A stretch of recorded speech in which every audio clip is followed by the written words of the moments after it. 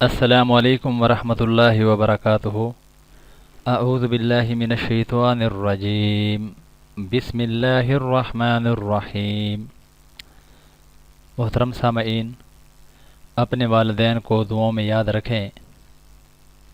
ایک شخص نے ایک عالم دین سے اپنے بارے میں پوچھا، کیا میں نیک اور صالح ہوں؟ انہوں نے جواب دیا، اگر تم اپنے والدین کے لیے دعا کرتے ہو تو تم صالحین میں سے ہو، کیونکہ حدیث رسول اللہ صلی اللہ علیہ وسلم میں آتا ہے،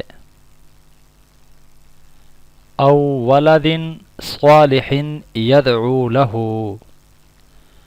او ولد صالح یدعو له، نیک اور صالح اولاد جو والدین کے لیے دعا کرتی ہے۔ صحیح مسلم حدیث نمبر 1631 ہے۔